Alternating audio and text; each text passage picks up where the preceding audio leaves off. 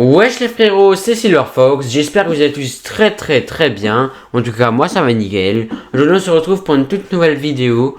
Voir un petit peu les meilleurs composants pour les PC, pour un PC gamer à 1400 € en moyenne. Il faut compter ça avec la hausse, la baisse des prix, tout ça. On sait que sur Amazon, il y a une hausse et une baisse. Ça baisse souvent, ça monte souvent. Bref, vous connaissez Amazon. Je vais pas vous expliquer le fonctionnement d'Amazon. Et nous on se retrouve pour la vidéo juste après l'intro.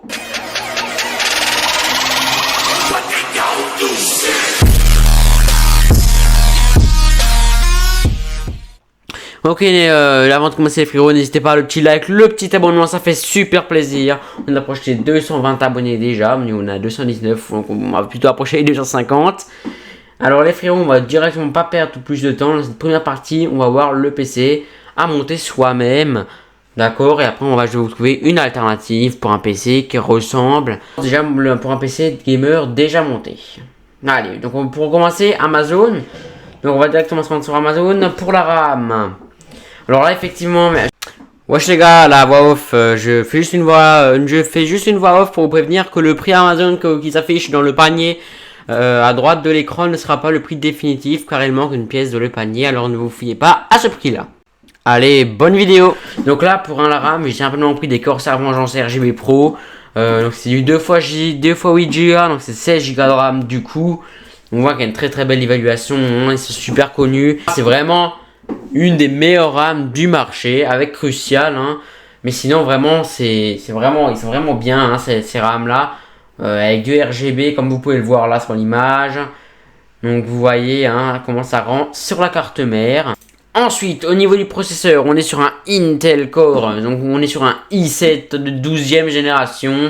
Oui, c'est vraiment un très bon processeur, c'est le i7 12700K. C'est vraiment un très bon processeur avec une vitesse qui peut aller jusqu'à 3,6 GHz. C'est un processeur 12 cœurs, donc là effectivement là aussi, mais forcément d'où le 12700.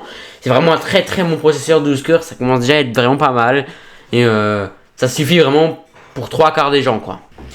Ensuite, au niveau de l'alimentation, on passe sur une Be Quiet Power 10, donc 650 watts à 70,49 €. C'est une très belle alimentation, enfin une très bonne alimentation surtout.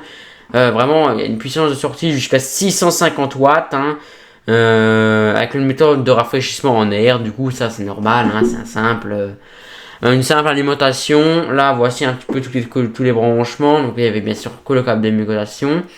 Et voilà, donc la petite boîte, comment elle ressemble. Et voilà, si vous êtes intéressé pour les câbles, voici un petit peu les câbles. Vous pouvez mettre pause là où vous voulez. On passe ensuite à la carte graphique. On est sur une GeForce RTX 3070 de chez Zotac Gaming. Alors là, une très bonne carte graphique à 500 € on peut dire, 499 €. C'est une très belle carte graphique, très bonne carte graphique. J'aime bien le style. Après, elle est assez grosse.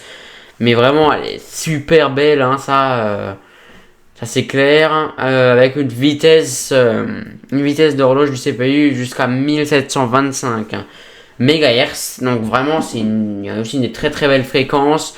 Donc cette carte graphique, vous pouvez l'acheter les yeux fermés pour cette configuration. Ensuite, au niveau du boîtier, on est sur du Cooler Master boîtier avec ventilation grillagée.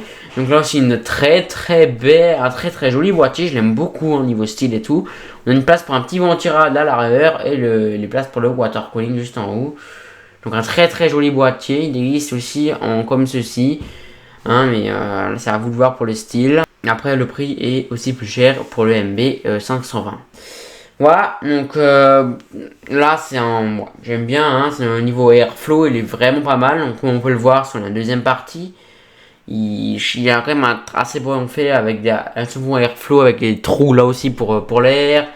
Là aussi 3 ventilateurs en façade, vraiment c'est tout ce qu'il vous faut pour du gaming et pour le reste avec un très bon airflow. Ensuite on passe directement au SSD. Alors au moment où je tourne cette vidéo, il est en rupture de stock. Ah non, il reste encore un exemplaire. Alors il est tout près de 52,77. Alors ça c'est d'occasion il me semble. Mais comme dit, c'est un très bon SSD. C'est le P3. Donc c'est le dernier de cette catégorie là pour les Crucial. C'est la dernière, donc vous avez le P1, P2, P3, le P3 1 Tera, c'est le meilleur de 3ème génération, jusqu'à 3500 mégaoctets par seconde, là aussi, hein, c'est des assez bon débit, franchement.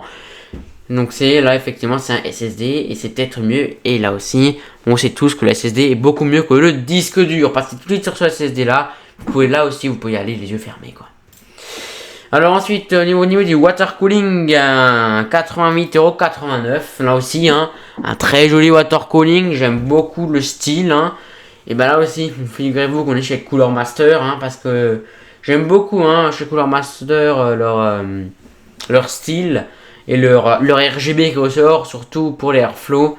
Dans les boîtiers, ils sont vraiment bien. Et là, comme dit, pour un maximum de refroidissement, le water cooling, je l'estime nécessaire. Donc voilà les ventilateurs. Hein. Là aussi, le ventilateur, je trouve pas mal joli. Bon, c'est simple ventilateur, quoi. Sinon, il existe aussi en blanc, ce water cooling. Ouais, il est très joli en blanc également, sauf qu'il est un peu plus cher également. Ensuite, pour la carte mère, on est chez du Asus TUF Gaming. On est sur de la B660M+. Alors là, une très très belle carte mère, en vrai de vrai, hein. On connaît bien TUF Gaming avec 4 slots de RAM juste là, je trouve ça très important de mettre 4 slots.